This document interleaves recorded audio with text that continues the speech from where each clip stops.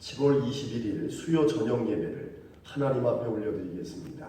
우리 다 함께 경건한 마음으로 조용한 기도 드립니다.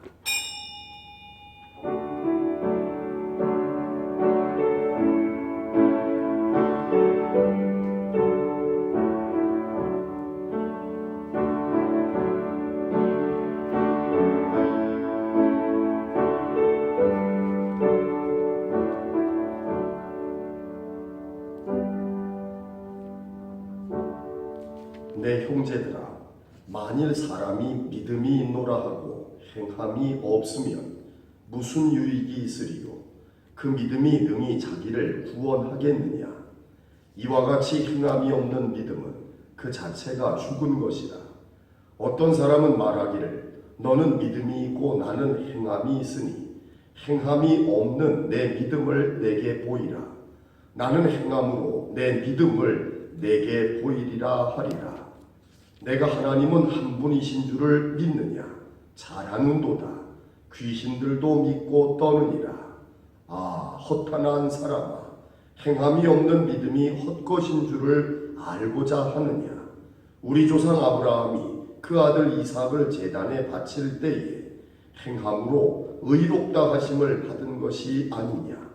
내가 보거니와 믿음이 그의 행함과 함께 일하고 행함으로 믿음이 온전하게 되었느니라.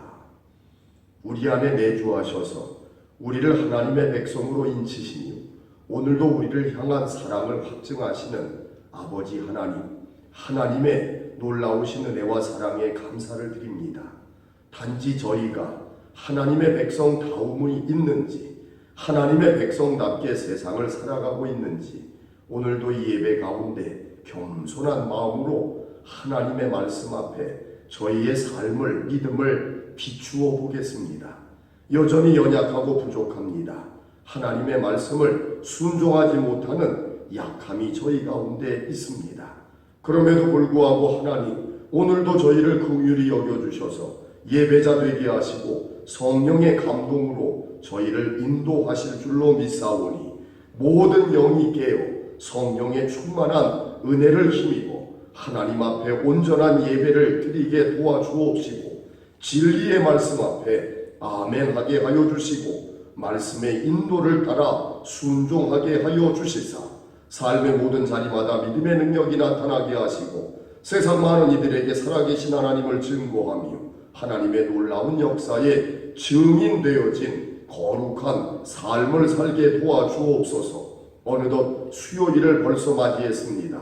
지나온 주일을 지나 월요일, 화요일, 오늘에 이르기까지 저들의 삶을 되돌아보며 이제 남겨진 한 주간의 목요일, 금요일, 토요일에 이르기까지 더욱더 하나님께 가까이 나아가는 저희의 삶이 되기를 소원하며 이 예배를 통해 하나님 앞에 간구하게 싸우니 성령께서 더욱더 저희를 강권하여 주시사 하나님의 뜻 안에 머물게 하시고 하나님의 말씀에 순종할 수 있도록 도와주옵소서. 오늘도 이 예배 가운데 믿음으로 구합니다. 코로나를 사라지게 하실 분은 여호와 구원의 하나님이심을 믿습니다. 하나님이 역사하여 주셔서 아픈 이들 치유해 주옵시고 땀 흘리고 애쓰고 수고하며 헌신하고 봉사하는 모든 이들에게 지침이 없는 힘과 능을 도와여 주옵시고 온 마음 다해 회개하며 하나님의 능력과 하나님의 치유와 회복과 부흥을 간절히 간구하는 교회와 성도들의 기도 위에 응답 역사하여 주옵소서. 믿음을 더하여 예수 그리스도의 이름으로 간절히 기도 올려드려사옵나이다. 아멘.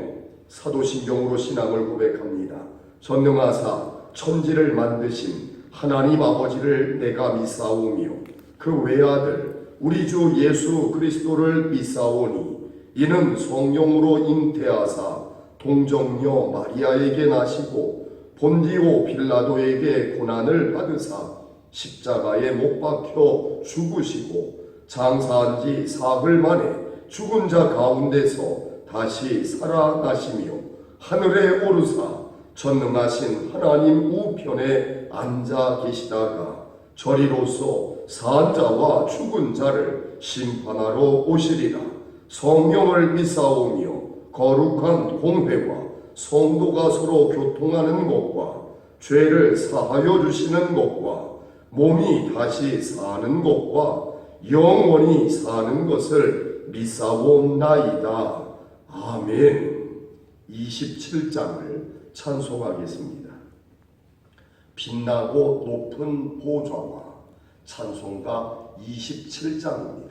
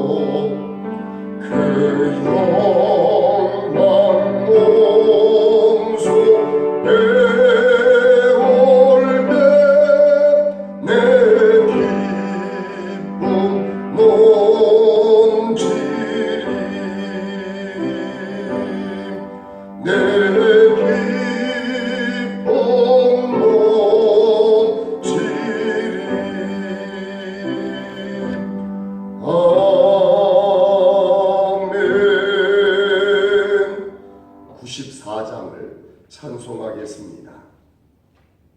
주 예수보다 더 귀한 것은 없네. 94장입니다.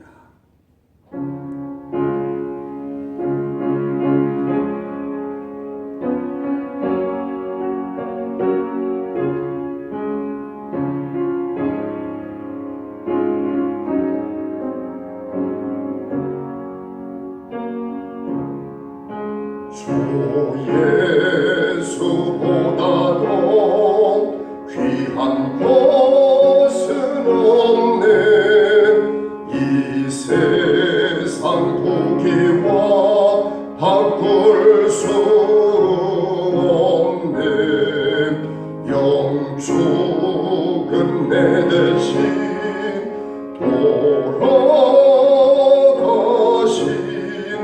그 놀라운 사랑 잊지 못해.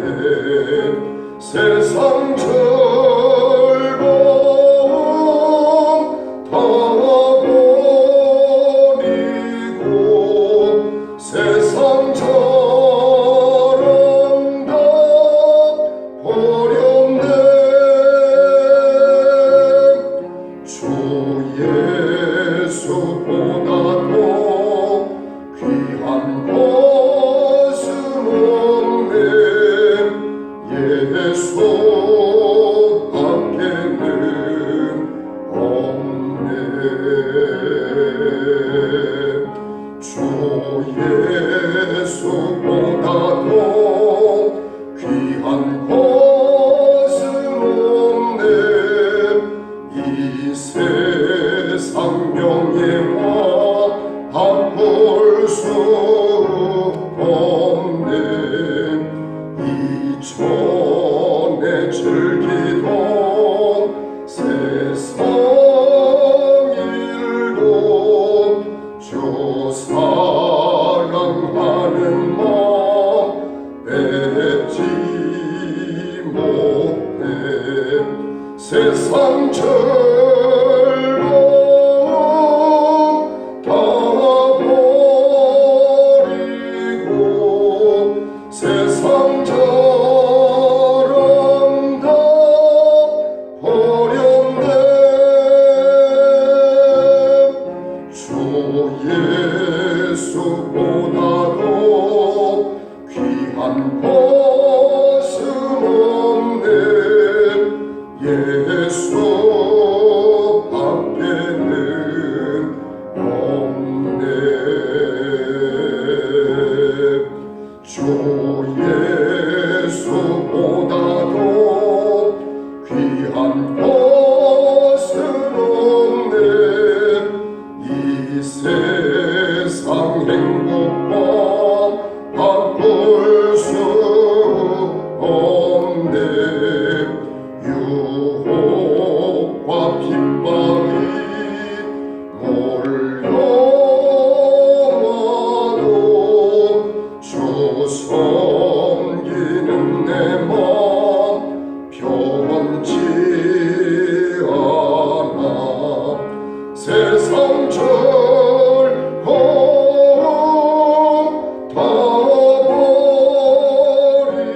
버리고 세상 자랑 다 버렸네. 주 예수보다도 귀한 것은 없네.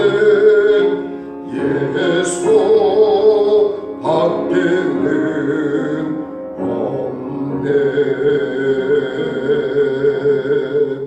아멘. 520장을 찬송하겠습니다. 찬송가 520장 듣는 사람마다 복음 전하여 520장입니다.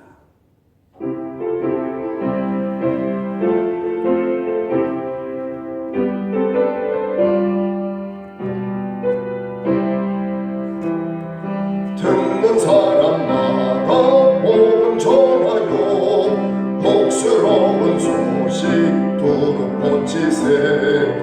모든 사람에게 전할 소식은 어느 나라로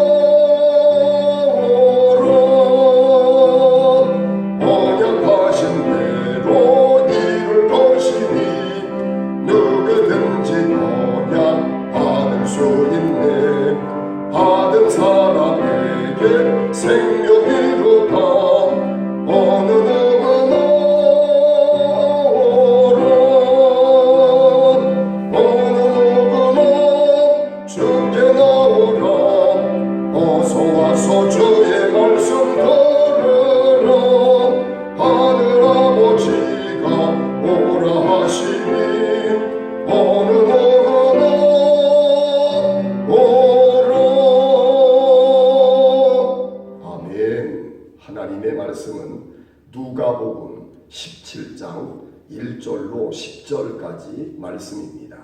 제가 가지고 있는 성경으로 신약 성경 124면 어간에 위치하고 있습니다. 누가복음 17장 1절로 9절까지 말씀을 교독한 후에 10절은 우리가 함께 봉독을 하도록 하겠습니다. 예수께서 제자들에게 이르시되 실족하게 하는 것이 없을 수는 없으나 그렇게 하게 하는 자에게는 화로다. 그가 이 작은 자 중에 하나를 실족하게 할진대 차라리 연자맷돌이 그 목에 매여 바다에 던져지는 것이 나으리라. 너희는 스스로 조심하라. 만일 내 형제가 죄를 범하거든 경고하고 회개하거든 용서하라. 만일 하루에 7번이라도 내게 죄를 짓고 7번 내게 돌아와 내가 회개하노라 하거든 너는 용서하라 하시더라. 사도들이 주께 여짜오되 우리에게 믿음을 더하소서 하니 주께서 이르시되 너희에게 겨자씨 한 알만한 믿음이 있었더라면 이 뽕나무도로 뿌리가 뽑혀 바다에 심기어라 하였을 것이요 그것이 너희에게 순종하였으리라. 너희 중 누구에게 밭을 갈거나 양을 치거나 하는 종이 있어 밭에서 돌아오면 그더러 곧 와 앉아서 먹으라 말할 자가 있느냐. 도리어 그더러 내 먹을 것을 준비하고 띠를 띠고 내가 먹고 마시는 동안에 수종 들고 너는 그 후에 먹고 마시라 하지 않겠느냐. 명한 대로 하였다고 종에게 감사하겠느냐. 이와 같이 너희도 명령받은 것을 다 행한 후에 이르기를 우리는 무익한 종이라 우리가 하여야 할 일을 한 것뿐이라 할지니라. 아멘. 누가복음 17장 1절로부터 10절까지 말씀을 저와 여러분이 함께 이렇게 봉독을 해보았습니다. 아마 여러분이 가지고 있는 성경 가운데는 복음서에서 예수님께서 육성으로 하신 말씀은 다른 말씀과 구별되게 하고자 붉은색으로 이렇게 활자를 인쇄한 성경이 있을 겁니다. 그럼 여러분 오늘 저와 여러분이 봉독한 성경을 보면 어때요? 거의 다 붉은색입니다. 1절 예수께서 제자들에게 이르시되 5절 사도들이 주께 여짜오되 우리에게 믿음을 도와소서 하니 6절 상반절 주께서 이르시되 이 정도만 검은색이고 나머지는 다 붉은색으로 아마 활자가 인쇄되어져 있을 것입니다. 무슨 이야기일까요? 누가복음 17장 1절로부터 10절까지는 거의 전부가 다 예수님의 말씀이라고 보면 됩니다. 자, 그렇다면 예수님께서 말씀을 이렇게 많이 하셨는데 그 예수님의 많은 말씀이 요약하면 무엇이 될까요?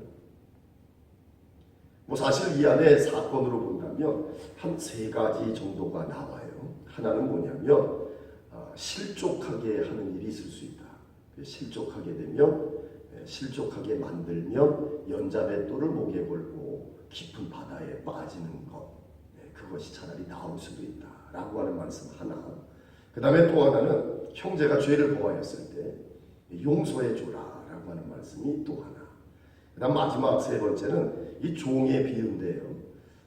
종이 밭에서 하루 종일 일을 하고 왔지만 주인이 저녁 식사하는 거 수종 들고 그 모든 일을 끝나고 난 다음에 식사를 하게 될 텐데 그 종에게 수고했다라고 말하더라도 그 종이 뭐라고 이야기를 하는가 하면 무익한 종입니다. 하여야 할 일을 하였을 뿐입니다. 라고 대답을 하더라는 아마 이게 3가지 정도의 사건이 예수님의 말씀 가운데 전하여지고 있습니다. 이 사건을 요약하면 어떤 주제를 예수님이 말씀하고 계시는 걸까요? 저는 설교를 준비하면서 이 3가지 예수님의 말씀을 가만히 종합적으로 묵상을 하면서 예수님의 말씀은 주제를 고른다라고 한다면 이거겠구나 라고 하는 게 떠올랐어요. 여러분들도 그러신지는 모르겠습니다만 저에게 떠오른 주제는 바로 겸손이라고 하는 겁니다. 뭐라고요? 겸손. 예수님께서 지금 1절에 보면 제자들에게 이르시는 거예요. 그러니까 예수님을 따르는 제자라고 한다면 이게 있어야 하는 거예요. 그게 뭐예요? 바로 겸손이라고 하는 겁니다. 그런데 여러분 한번 생각해 보세요. 이 겸손이 쉽습니까? 이 겸손이 말처럼 쉬우면 신앙생활 어려움이 없을 겁니다. 또요, 세상이 이렇게 복잡하고 서로 간에 싸우고 서로 간에 분쟁이 일어난 일도 아마 다 사라져버릴걸요. 모든 인간들이 겸손이라고 하는 것이 얼마나 은혜롭고 얼마나 힘이 있는 것인지는 다 알아요. 근데 문제는 뭐냐면 이 겸손을 실천하며 드러내며 사는 사람이 정말 거의 없습니다. 그러니까 예수님께서 나를 따라오는 제자라고 한다면 뭐라고요? 겸손해야 된다. 근데 그 이야기를 듣는 제자들의 입장에서 이 일이 그렇게 쉬운 일이 아닌 것을 그들도 알죠. 그러니까 그들이 예수님한테 구하는 게 있는 거예요. 그게 뭐냐면 5절에 있어요. 뭐라고요? 우리에게 믿음을 더하소서. 밑줄을 좀 치세요. 우리에게 믿음을 더하소서. 그러니까 겸손을 실천한다는 것이 어렵다는 걸 제자들도 압니다. 그러니까 예수님 알긴 아는데요. 이 겸손을 실천하기가 그렇게 쉽지 않으니 우리에게 믿음을 좀 더해 주세요 라고 간구하는 거지. 그 간구에 대해서 예수님께서 또 가르쳐 주시는 것이 바로 6절 이하에 소개되어지는 말씀입니다. 그렇게 정리를 해두시게 되면 누가복음 17장이 1절로 10절까지 여러분들이 이렇게 은혜 받으시기에 또 기억하시기에 상당히 유익할 것 같습니다. 그러니까 누가복음 17장 1절로 10절은 한 단어로 정리하면 뭐라고요? 겸손입니다. 그 겸손이라고 하는 주제어를 기억을 하시고 이제 말씀을 읽어보시면 그렇구나. 이게 겸손으로 통일이 되는구나 라고 하는 걸 아시게 될 거예요. 먼저 첫 번째입니다. 1절에 보면 실족하게 하는 것이 없을 수는 없으나 라고 말씀을 해요. 이 실족이라고 하는 말이요, 헬라어로 스카달론입니다. 스카달론. 이 스카달론이라고 하는 말에서 우리가 잘 아는 스캔들이라고 하는 영어 단어가 나온 거예요. 스카달론. 이 스카달론에서 스캔들. 스캔들이 무슨 뜻입니까? 추문이라고 하는 거죠. 추문. 소문은 소문인데요. 추문. 그렇게 아름답거나 그렇게 선한 소문이 아니고 좀 추해요. 스캔들, 스카달론이라는 말은 추문, 좀 추한 소문. 실족이라고 하는 말 자체가요, 좋은 의미를 가지고 있지는 않은데, 그러니까 추한 소문이라고 하는 말은 결국 스카달론은 뭐냐면 죄를 짓는 일이에요. 죄를 짓는 일은 소문이 나더라도 아름답고 선하게 날 수가 없잖아요. 추한 소문이 나는 거 아니겠습니까?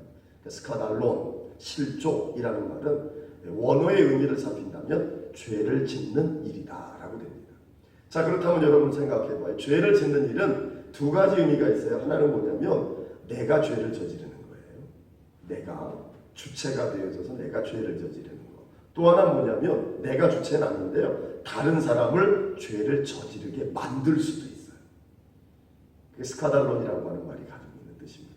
근데 오늘 성경을 보면 실족하게 하는 것이 없을 수는 없으나 그렇게 하게 하는 자에게는 화로다. 그렇게 하게 하는 자, 즉 실족하게 만들더라는 거지요. 그러니까 뭐예요? 내가 죄를 저지르는 게 아니라 다른 사람으로 하여금 죄를 저지르게 만들더라는 겁니다. 그게 실족하게 하다라고 하는 말, 스카달론의 뜻이에요. 그러니까 저와 여러분도 신앙생활을 하면서 정말 이 신앙이 초보 단계, 어릴 때는 나 하나가 죄를 저지르지 않기 위해서 조심합니다. 그죠? 신앙의 초보 단계에서 그런 모습이에요. 그런데 신앙이 점점 성숙하면 어떻게 되느냐면 나 하나만 죄를 저지르지 않는 것이 아니라 내 주변에 있는 내가 사랑하는 형제 자매들도 죄를 범하지 않았으면 좋겠다라고 하는 마음이 생기죠. 그래서 그들을 위해 중보기도도 하게 되고 또 그들로 하여금 죄를 범하지 않게끔 권면하기도 하는 일이 나타납니다. 맞죠? 그러니까 이 죄, 스카달론이라고 하는 의미만으로도 우리 신앙의 성숙 정도를 확인할 수 있어요. 초보 단계에서는 나 하나 죄를 저지르지 않게끔 하는 것. 하지만 신앙이 성숙하고 자라나게 되면 나 하나 죄를 저지르는 것이 아니라 내 주변에 있는 다른 사람들로 하여금도 죄를 저지르지 않게끔 권면하는 일까지 나타나죠. 그치? 그게 신앙의 성숙이에요. 마찬가지라는 거예요. 신앙이 성숙했어요. 그런데 다른 사람이 죄를 저지르는 걸 보면서도 못 본 채 한다거나 혹은 내가 다른 사람으로 하여금 죄를 저지르게 하는 어떤 이유를 제공해서는 안 된다는 이야기입니다. 오늘 성경은 바로 그 말씀이에요. 아셨죠?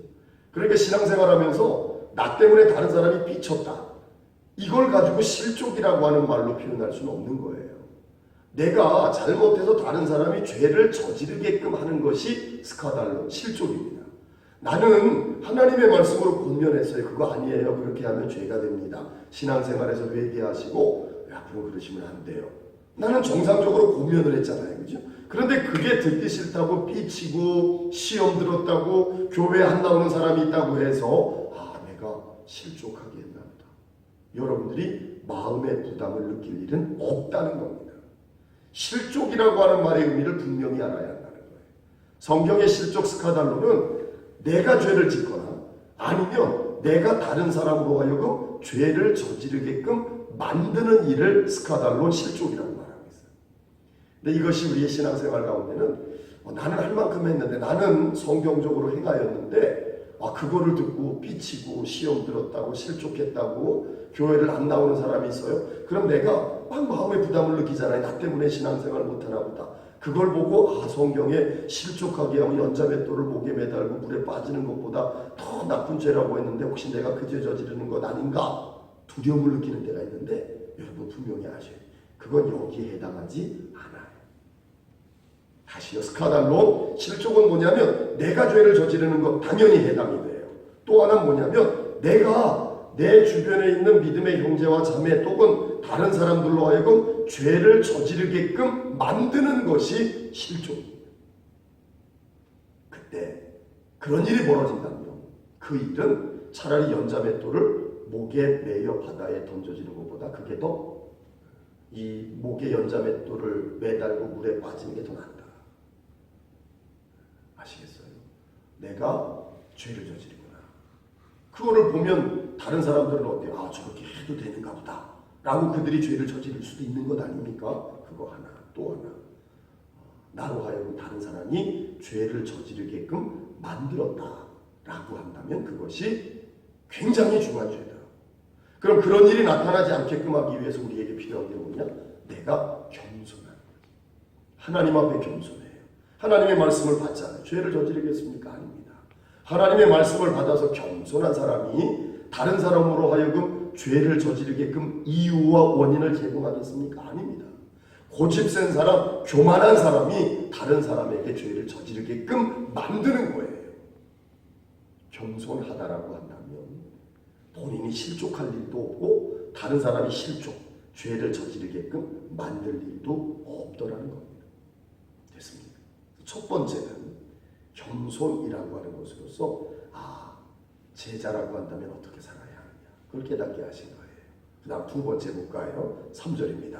너희는 스스로 조심하라. 만일 내 형제가 죄를 범하거든 경고하고 회개하거든 용서하라. 아멘. 용서하랍니다. 용서해 주는데 잘 들으셔야 돼요. 상대방이 잘못했어요. 죄를 저질렀는데도 무조건 용서하는 게 기독교의 용서는 아닙니다. 보세요. 하나님도 저와 여러분의 죄를 용서하셨지만 하나님이 전지전능하시고 창조주이시기 때문에, 구속자이시기 때문에, 능력과 힘이 있으시기 때문에 그냥 무조건 없던 일로 만들지 아니하셨습니다. 어떻게 하셨어요? 하나님의 독생자 예수님이 이 땅에 오셔서 십자가 지시고 죽으시기까지 저와 여러분의 죄를 담당하셨어요. 하나님이 저와 여러분을 용서하신 것도 그냥 용서하신 게 아닙니다. 죄값을 다 치르게 하셨어요. 기독교의 용서라고 하는 것은 그냥 못 본 척, 믿음의 형제와 자매가 죄를 저질렀는데 못 본 척하면서 용서하는 거, 이게 옳은 게 아니에요. 이건 뭐냐면 오히려 스카달론이에요. 실족하게 만드는 거예요. 그 형제와 자매가 죄를 범했는데도 아무도 내가 죄를 저지른 거에 대해서 언급을 안 해요. 그러면 이 죄를 저질러도 되나 보다 마음껏 할 거 아니에요. 그게 스카달론이에요. 용서라고 하는 건 뭐예요? 죄를 저질렀을 때 오늘 보세요. 경고해라. 그런 다음 회개를 하거든 그때는 용서하라 이렇게 되어 있습니다. 덮어놓고 눈 감아주는 거 아니에요. 무엇이 잘못되어졌는지를 가르쳐주는 겁니다. 물론 그것에도 뭐가 필요할까요? 겸손함이 필요합니다. 왜냐하면 저와 여러분은 재판관이 아니에요. 판단하실 분은 하나님이시니까. 저와 여러분 모두가 스스로가 다 죄인이에요. 그러니까 마치 내가 재판관이냐 막 상대방에게 말이에요. 판결을 내리듯이 잘못했다. 뭐 이런 식으로 하는 건 아니죠. 지금 주제가 뭐라 그랬죠? 겸손이 겸손. 그래서 죄를 범하거든 경고하는데 겸손하게 경고하고, 만약에 그 형제와 자매가 회개를 할 때는 무조건 용서하라는 겁니다. 아시겠습니까? 왜 용서가 안 될까요? 내가 더 훨씬 위에 있다라고 하는 이 교만함이 용서를 못하게 해요. 도덕적이거나 양심적이거나 신앙적으로 내가 더 우위에 있다, 내가 더 위에 있다 라고 하는 마음을 먹으니까 용서를 못하는 겁니다. 하지만 오늘 성경을 보세요. 죄를 범했어요. 눈 감는 게 아닙니다. 잘못된 것을 분명히 가르쳐주고 그것에 대해서 회개를 하거든 그때 용서하라는 겁니다. 우리 교회도 최근에 구역회가 있었습니다. 여러분들에게 말씀을 드린 것처럼 교회는 성경의 말씀대로 치리하고 있습니다. 무엇이 잘못되어졌는지를 이야기를 하고요. 회개를 기다리고 있습니다. 회개를 한다라고 한다면 교회는 얼마든지 용서합니다. 용서한다는 게 뭘까요? 기억에서 지워버리는 거예요. 그건 다시는 이야기하지 않는 거예요. 그게 용서입니다. 용서해놨다 그래놓고 다시 기억해가지고 그걸 끄집어내면 안 되죠. 단 용서하는 것은 회개가 전제가 되어져야 합니다. 회개하지 않았는데 용서한다라고 하는 건 뭐예요? 스카달론이에요. 잘못했는데도 용서를 해주면 또 잘못하는 거예요. 반드시 회개가 선행이 되는데 이 회개에 앞선 경고도 겸손하게, 또요 용서도 겸손하게 해야 한다는 겁니다. 그래서 이어지는 4절에 보면 하루에 7번이라도 내게 죄를 지었어요. 내 7번 돌아와 회개하면, 왜요? 하나님이 우리한테 그렇게 하고 계십니다. 우리가 아무리 죄를 저질러도 하나님 앞에 정말 온 마음 다해 이 상황만 모면하기 위한 이빨린 회개 말고 정말 마음으로 통회 자복하며 회개하며 하나님은 우리 용서해 주세요. 따라서 하물며 저와 여러분도 회개할진데 용서해야 한다는 겁니다. 그러니까 용서에도 기본적으로 전제가 되어지는 건 뭐예요? 겸손이라고 하는 거예요. 네. 앞서 말씀드린 것처럼 실족과 관련되어진 것, 두 번째 용서와 관련되어진 것, 다 뭐예요? 겸손이라고 하는 주제하에 다 묶여지고 있습니다. 이 이야기를 제자들이 듣고 야, 이 두 가지도 참 쉽지가 않구나. 그래서 예수님한테 구하는 게 뭐냐면 믿음입니다. 그러니까 이 제자들은 어떤 생각을 하냐면 믿음이라고 하는 걸 양적으로 생각을 하는 거예요. 내가 가지고 있는 믿음이라고 하는 양으로는 실족하게 만들지 않는 것도 쉽지가 않고 용서한다라고 하는 것도 쉽지가 않은 거예요. 그래서 믿음이 양으로 더 채워지면 실족하게 만들지도 않을 수 있고 용서도 할 수 있다라고 생각하니까 예수님한테 믿음을 더 채워주세요. 마치 물을 채우던 말이에요. 더 채워달라. 이렇게 예수님한테 말씀을 드려요. 근데 예수님은 대답을 하세요. 그게 뭐냐면 6절이에요. 예수님의 대답은 한마디로 믿음은 양이 아니에요. 믿음은 뭐예요? 질적인 거예요. 질적. 그럼 그 질, 퀀터티가 아니라 퀄러티인데요. 이 질은 뭐냐? 6절에 보니까 겨자씨 한 알만한 믿음이 있었더라면, 믿음이 어떤 믿음이냐면 겨자씨 한 알만하다. 겨자씨가 뭐예요? 동그라미 치시고 여러분들이 쓰세요. 생명력입니다. 생명력. 또 하나 뭐예요? 잠재력입니다. 겨자씨는 작아요. 누가 봐도 야, 저게 뭘 할 수 있을까? 저게 도대체 무슨 일을 할 수 있을까? 라고 여길 만큼 아무것도 아닌 것 같지만 그 안에 뭐가 있다고요? 생명력이 있고요. 그 안에 뭐가 있어요? 잠재력이 있어요. 그럼 어떤 일이 벌어집니까? 그 씨앗을 보고는 도무지 상상할 수도 없던 결과가 나타난다는 겁니다. 그 결과가 무엇입니까? 뽕나무도로 뿌리가 뽑혀 바다에 심기어라 하였을 것이요 그것이 너희에게 순종하였으리라. 여러분 이런 거 상상해 봤어요? 뽕나무가 식물인데 내 말을 알아들어요? 사람의 말을 알아듣습니까? 못해요. 여러분들이 가정에서 화분에다가 식물을 재배하는데 식물한테 야, 키가 커라, 야, 꽃을 피워라, 야, 열매를 맺어라. 그러면 그 식물이 네 하고 꽃도 피우고 네 하고 열매도 맺든가요? 아니에요. 식물은 사람의 말을 못 알아듣습니다. 상상할 수 없는 일이에요. 그런데 예수님 무슨 이야기를 하시냐면 믿음에 뭐가 있어요? 생명력이 있고 잠재력이 있다라고 한다면 상상할 수 없는 일이 벌어져요. 비유로 무엇을 이야기하셨냐면 뽕나무가 식물인데 사람의 말을 듣고 알아들어서 순종하게 되더라는 겁니다. 이런 일이 나타날 수 있다. 이유는 뭐예요? 믿음 안에 뭐가 있어요? 생명력이 있어야 돼요. 믿음 안에 뭐가 있어야 됩니까? 잠재력이 있어야 됩니다. 그런데 이 생명력과 잠재력은 우리가 가질 수 있는 게 아니에요. 하나님이 해주실 수 있는 거예요. 그러니까 우리의 믿음 안에 양이 아니에요. 질, 어떤 질이냐? 하나님이 함께 하시는 거예요.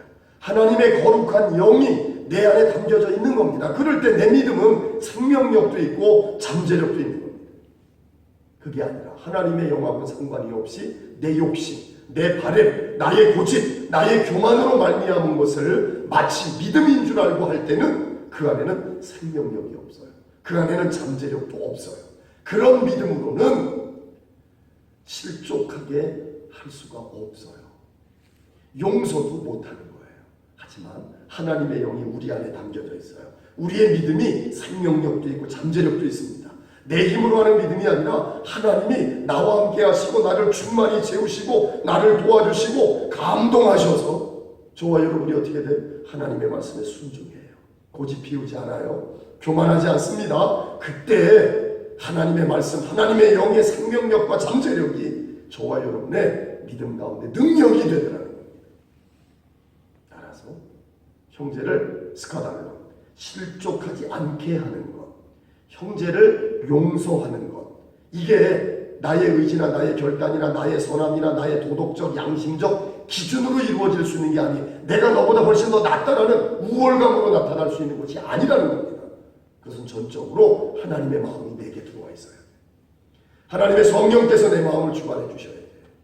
그런 생명력과 잠재력을 가지고 있는 믿음이 나타날 때 어때요? 겸손해질 수가 있는 겁니다. 예수님은 그 가르침을 제자들에게 전하십니다.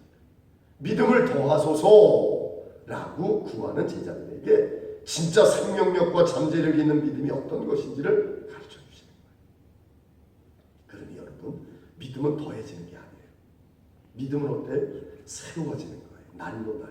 예를 하나 들어볼게요. 여러분, 힘을 쓰면 내 힘이 줄어듭니까? 어떤 것 같아요? 여러분들이 힘을 쓰면 여러분들의 힘이 줄어듭니까? 만약에 그렇다면 헬스클럽에 가가지고요, 힘을 쓰는 사람들은 다 바보입니다. 그렇잖아요.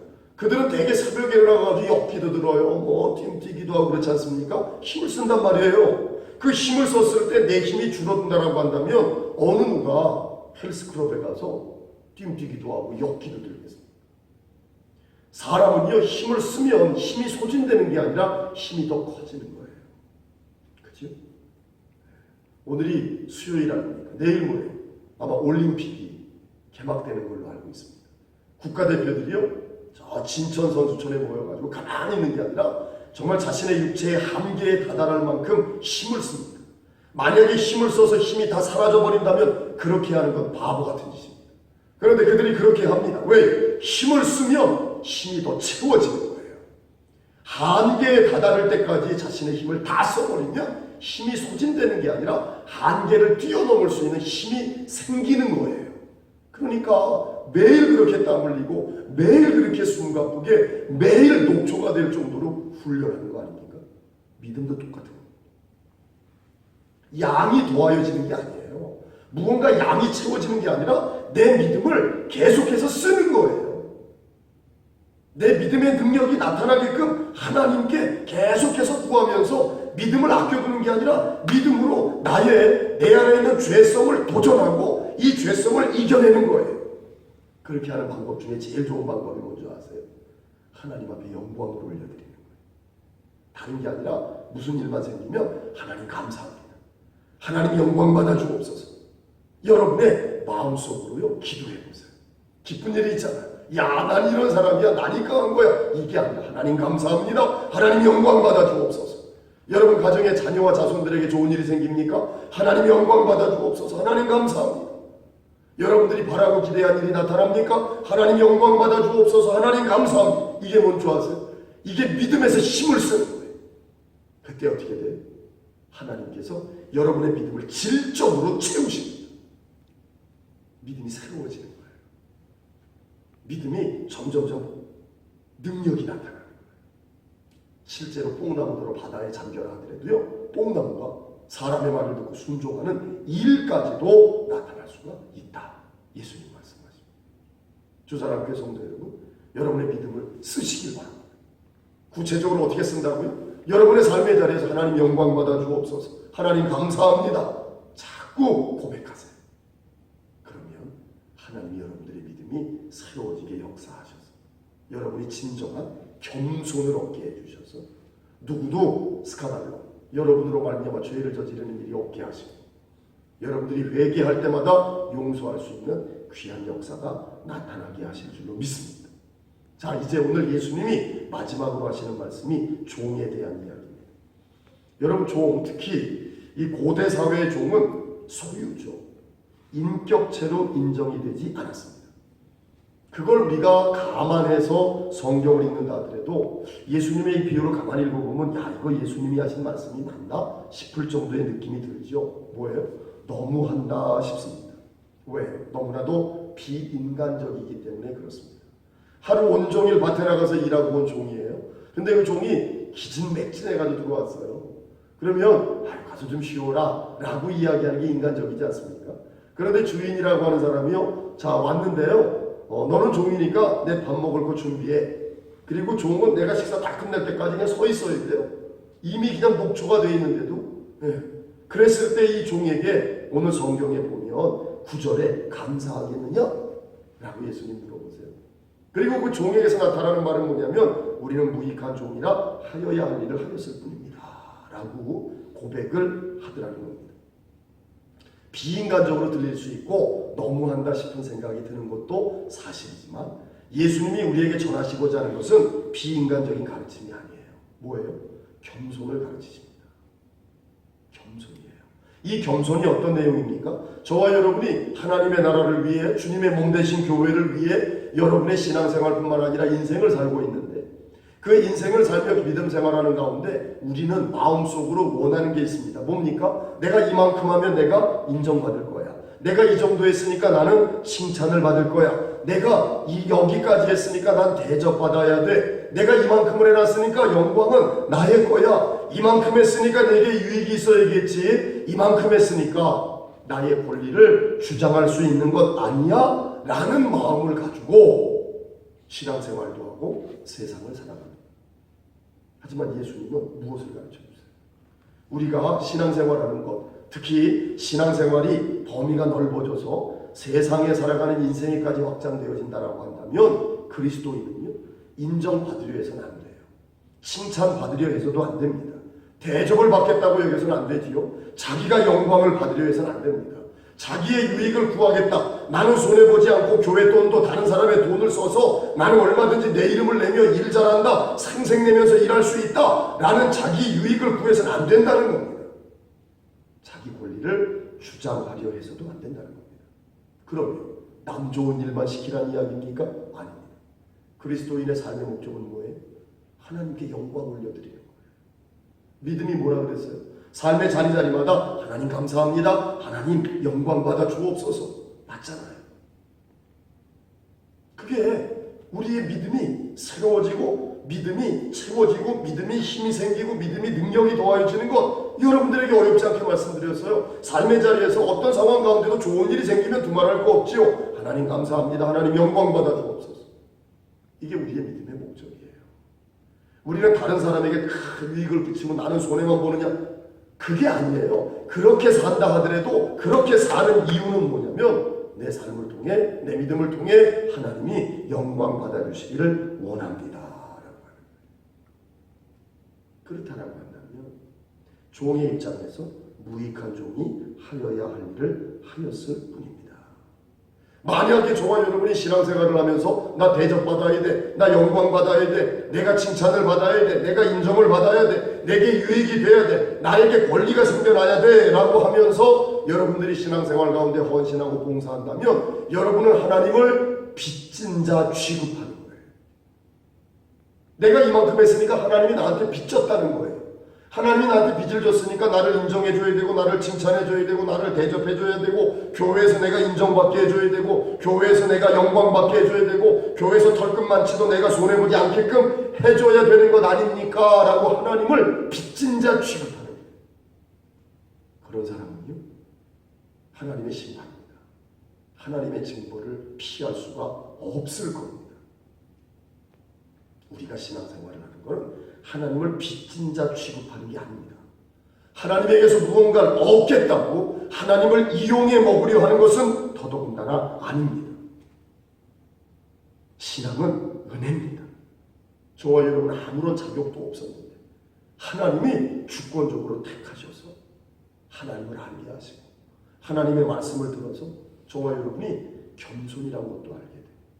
저와 여러분이 정말 종의 고백처럼 나는 무익한데 하여야 할 일을 하였을 뿐인데 하나님이 저를 이렇게 인정해 주시고 하나님이 저를 이렇게 칭찬해 주시고 하나님이 이렇게 저를 대접해 주시고 하나님이 저를 이렇게 영광스럽게 하시고 하나님이 나를 이렇게 유익하게 하시고 하나님이 나를 이렇게 높여주시는 것 감당하기가 어렵습니다. 그러니 하나님 영광 받아 주옵소서. 그러니 하나님 감사합니다. 이게 뭡니까? 이게 예수님이 오늘 본문에서 믿음 안에 가르쳐주시는 겸손이고 이 겸손이 결국은 저와 여러분의 믿음을 더욱더 능력 있게 만들어주는 거예요. 결론으로 말씀을 드릴게요. 여러분 신앙생활에서요. 그냥 습관적으로라도요. 하나님 영광 받아 주옵소서. 하나님 감사합니다. 많이 고백해보세요. 그 고백으로 말미암아 여러분의 믿음은 질적으로 오늘 예수님이 말씀하신 뽕나무도로 명하여 저 바다에 던져져라 하더라도 그대로 이루어지는 그런 믿음, 능력도 얻게 되고 그 믿음으로 말미암는 축복도 얻게 될 줄로 믿습니다. 아무쪼록 오늘 이 예배를 함께하는 모든 성도 여러분, 또 주사랑교회 성도 여러분, 저와 여러분의 믿음 안에 성령의 감동으로 겸손 역사되어지기를 간절히 소망합니다. 기도드리겠습니다. 살아계신 아버지 하나님, 오늘도 말씀을 통해 저희의 믿음을 겸손으로 인도해 주셔서 감사를 드립니다. 저희가 겸손치 못하여서 죄를 범하는 형제들 묵인하여 그들이 실족하게 되어지는 일들이 있었음을 고백하오니 용서하옵소서.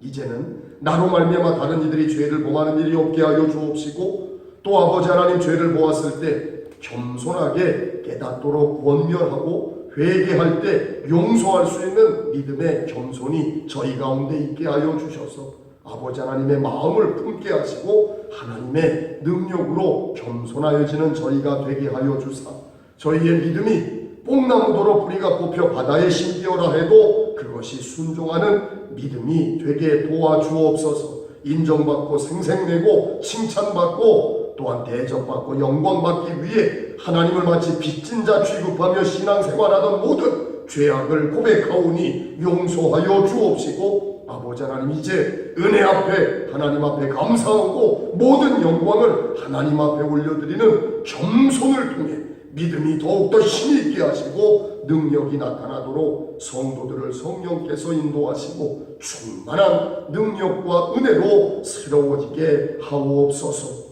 오늘도 구별되어진 예물 주의 제단에 봉헌드리는 손길들마다 하나님의 마음을 얻게 하시고 하나님이 부어주시는 겸손의 역사가 나타나 더 큰 하나님의 축복의 주인공들 꼭 되게 하옵소서. 미사와 감사드리올 때에 예수 그리스도의 이름으로 간절히 축복하며 기도 올려드려사옵나이다.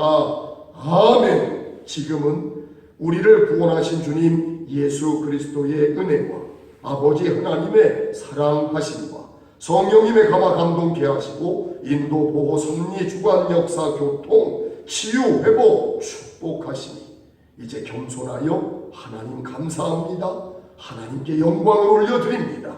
고백함으로 더 큰 믿음의 지경과 믿음의 축복을 누릴 주의 거룩한 백성들 머리머리 위에 지금으로부터 영원토록 함께 하옵시기를 간절히 축원하옵나이다. 아멘.